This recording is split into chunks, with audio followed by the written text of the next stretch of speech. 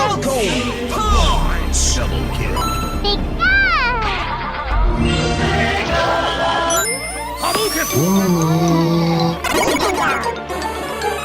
Five, four, three, two, one. Player one, ready, go! Double kill.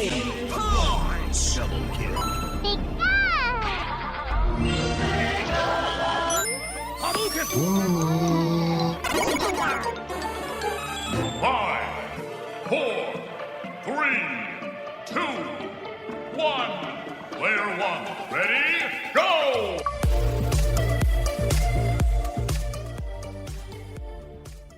Hey guys, welcome to our first interview of the year. Of course, I'm Jacob and I'm joined by our contributor, Eleni. How are you? I'm fabulous, Jacob. Thank you for asking. I'm very excited for our interview today. We've got some amazing homegrown YouTube talent in Demi. Say hi, Demi. Hey guys, lovely to be here. Yes, Thanks for lovely joining to us. have you. I think we should just get straight into this one because I've got so many questions for you. Love But it. firstly, I guess sort of just for our audience and a bit of context, you've been on YouTube and now on Twitch for quite a few years now. So I guess I just want to sort of know what got you inspired into YouTube. I know that you've said on your Twitch that it's like your main passion. So I guess Mhm. for our audience, maybe give us a bit of context into how you got into YouTube. Oh well, you see, the majority of my entertainment from when I was a kid, it came from YouTube. I'm sure, like all of us, I used to watch all the legends back in the day, like from the top of my head, Smosh, Niga Higa, the series Sanity Not Included by Machinima. That's an oldie. I don't know if anyone remember that, but yeah, I just I w- basically those YouTubers just got me into video making. And yeah, as a kid, I just wanted to make skits, parodies, and all that stuff just like them. So I got my iPad and I downloaded a really, really bad free video editing program, which, they would always put their massive watermarks on the rendered videos and stuff like that. And I would just go ham. But yeah, I don't know if you guys remember this trend on Facebook, which was like for a TBH. Do you guys remember any of Oh, how could I forget that Yeah, trend? Oh yeah. boy. Yeah, I used to do TBH videos instead of just posting TBHs on people's walls, and I would just edit those videos just like how like the YouTubers like I Watch did. And from there it just like kind of just stemmed into me going into YouTube. And yeah, that's pretty much it. Yeah, that's fantastic. And I guess touching more on sort of the YouTube and Twitch scenes in Australia, I'd love to get Mhm. sort of your take on if you think that that's a scene that's growing in the country. And I guess because you've been making YouTube videos for like over 5 years now, Mhm. I would love to hear sort of what you think has changed in those 5 years. Do you think that it's growing in a positive way? Do you think that there's been some shifts? I would love to hear your thoughts on the Australian YouTube and Twitch scene. Oh yeah, definitely. Back in the day, I was always notice, like, this is when I was a kid watching just like all the big YouTubes and stuff. The people that were considered big YouTubes they were just all from America, and maybe that's because I was only watching the American ones. But I don't know, that was probably just me. But I remember that it was extremely extremely rare to hear an Australian accent back then. Obviously, because I was just watching Smosh and a bunch of all American stuff like that. But yeah, but nowadays it's just tens and millions of Australian YouTubers with a crap ton of subscribers. From the top of my head again, like Laserbeam, Muselk, Max Mofo, How to Basic, just like them. Like a lot of Australian YouTubers have recently like popped up now and are part of like the big leagues. So that's like a really nice thing to see. And as for shifts, I don't know if this is just mainly in Australia, but I think it's worldwide too, which is being a YouTuber is more normalized now of being like an actual job. Like I hear stories about how kids want to be YouTubers when they grow up, especially from my girlfriend because she's a teacher and she teaches grade fours and stuff like that. So they always say, "Oh, I want to be a YouTuber when I grow up."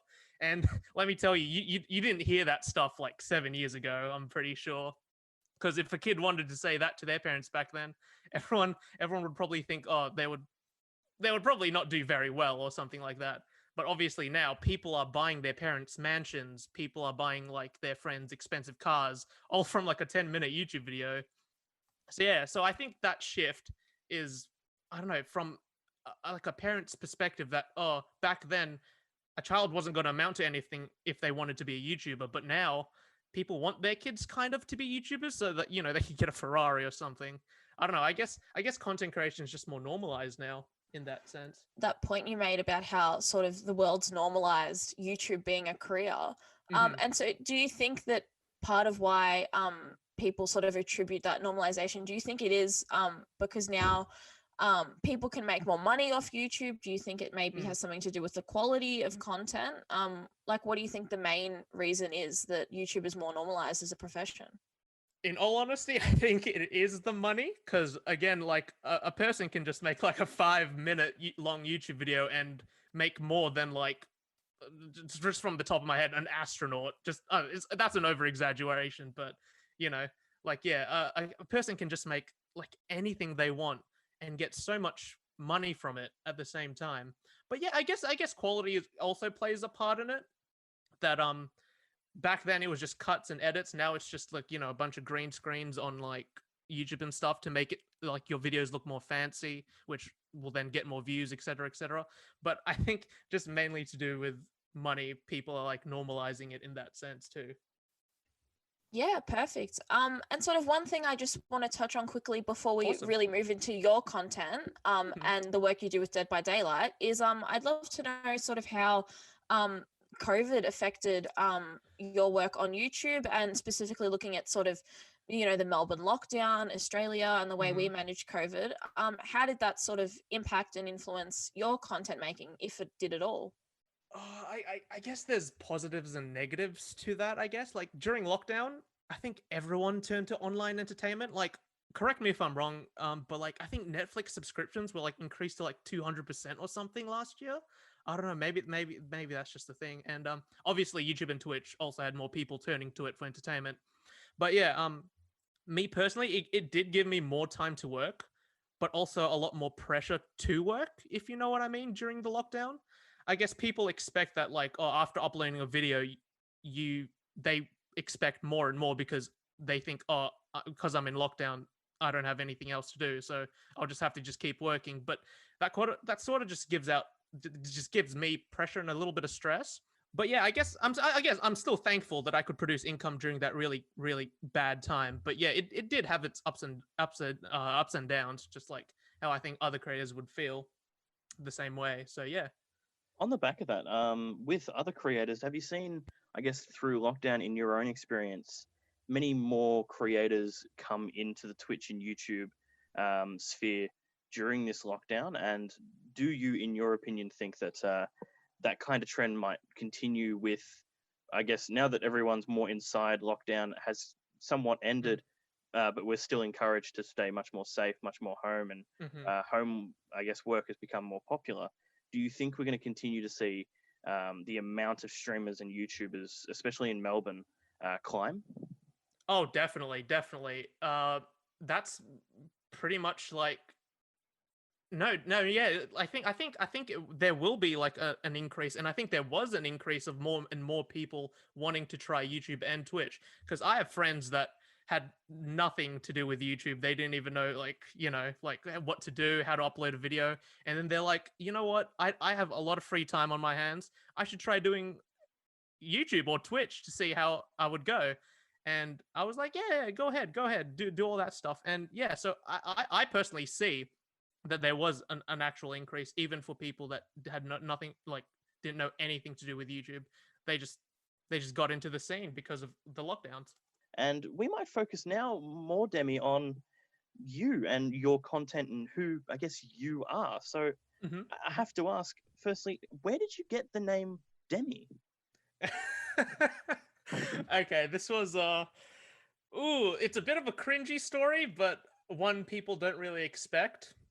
There was a game back in the day. Oh, not back in the day. It's still going. It's still pretty popular, I guess. Called Team Fortress 2, and there was a clan there. Actually, I came up with the clan, which just involved more people, which was demigods, the demigods, and we would always put demigods in a bracket or something, something cringy like that in front of our actual names. My name back in the day was like Atomic Man or something like that. Please don't roast me. So it was basically Demigod's Atomic Man. But in Team Fortress 2, when your name would show up, it would only show up because my name was so long, it would only show Demi. So people would always refer to me as Demi instead of Atomic Man or whatever that was. And so basically, people just kept calling me Demi. And then my friends started calling me Demi because they wanted to meme the people calling me Demi. And I just sort of just like took that in. And that's the story of my name. Fair, fair. Speaking of games, let's move on to, I guess, your main content is Dead by Mhm. Daylight. Mhm. For those who don't know what Dead by Daylight is, could you, I guess, explain the basic premise and gameplay? Yeah, so Dead by Daylight is a 4v1 survival game where you either play as a survivor, fixing generators to try and escape the trial, and you also have to try and survive the killer. And the killer, who you can also play as, is the person trying to kill all the survivors. So basically, it's either you kill or you survive in Dead by Daylight. Lovely. And I guess one thing I'm always interested by is sort of the reasoning behind what games YouTubers or Twitch streamers decide to stream. So, what possessed you to pick Dead by Daylight? Like, what do you think about the game was the one that made you think this is the one? Well, Dead by Daylight at the time was just a game I was enjoying like a lot. I found it extremely fun, just either, just playing by myself or playing with my friends. I just liked it, and people seemed to like me playing it, so I just kept going, and here I am today. I don't know. I guess just that every match you go into in Dead by Daylight is extremely different, whether it's good or whether it's bad. And if you're like me, who doesn't really take the game too seriously, whether your game is good or bad, it's just funny in general. It's just a funny experience. And people like seeing that. People like seeing the funny and the good and the bad in games where people don't really take it too sweaty or seriously. So yeah. Yeah, definitely. And I guess like another thing touching on with Dead by Daylight is obviously, like you said, it's a survival game. Hmm. And so do you think, like you said, do you think that maybe the perfect formula sometimes with streamers is playing a game that's sort of a survival horror, but then also sort of making it more of a lighthearted video? Do you think that's sort of the perfect middle ground for successful YouTube videos? Definitely, definitely. When something is considered very scary and made to make you feel scared or terrified or whatever, and someone turns it into a way or view that it's actually just a funny game in general, and you shouldn't really be too scared or too worried by it, then I guess it just creates that entertainment aspect of that. Like, oh, this is supposed to be scary, but it's actually just really, really funny. So yeah, I guess people just really like seeing that. I guess on the back of that, with really, really like seeing that, do you have any particular moments from your streaming or a YouTube video that stand out to you? Maybe you were working with someone you didn't expect to work with, or there was a moment that is impossible for you to recreate within any sort of sphere that really, I guess, sticks in your memory as worth checking out if you haven't. Well, nothing as much. I just didn't think I would be like connected to a bunch of different other creators of Dead by Daylight in general. Like, I thought I would always just be playing with either by myself or with my friends. But then here I am talking to like people from America, people from England that also play the game and want to collab with me and stuff like that, and creating all these funny moments, funny memories, good content that gets us to that 10-minute mark. And yeah, it's just that's what stands out, is just it connects me to like everyone in the entire world that has the same interests and passions as me. So that's what's really good, and I don't think I could create that with any other sort of type of content on YouTube. Yeah, of course. And I guess sort of going back to what we were talking about with COVID and how that really affected YouTubing. Do you think that maybe sort of being in isolation made it harder to do things like collaborations, or do you think that that really gave people the opportunity because they didn't really have anything else to do? Do you think that it gave people like YouTubers and streamers the opportunity to sort of do collaborations that maybe they didn't think would have been possible previously? Oh yeah, especially online, like especially in the gaming content creating world, because obviously we people would talk just on Discord or Zoom or whatever like that to collab with another gamer and to create content. However, if I was doing another type of content, like I don't know, like going out vlogging, stuff like that, it would be pretty different. COVID would probably affect that extremely negatively. But for the gaming sphere, yeah, it's just it'll just make people bond even more. I guess like that. What are your plans and goals for the year? Are you going to keep streaming Dead by Daylight? Is the focus going to stay on your YouTube channel? Any new games you're interested or excited to stream and play?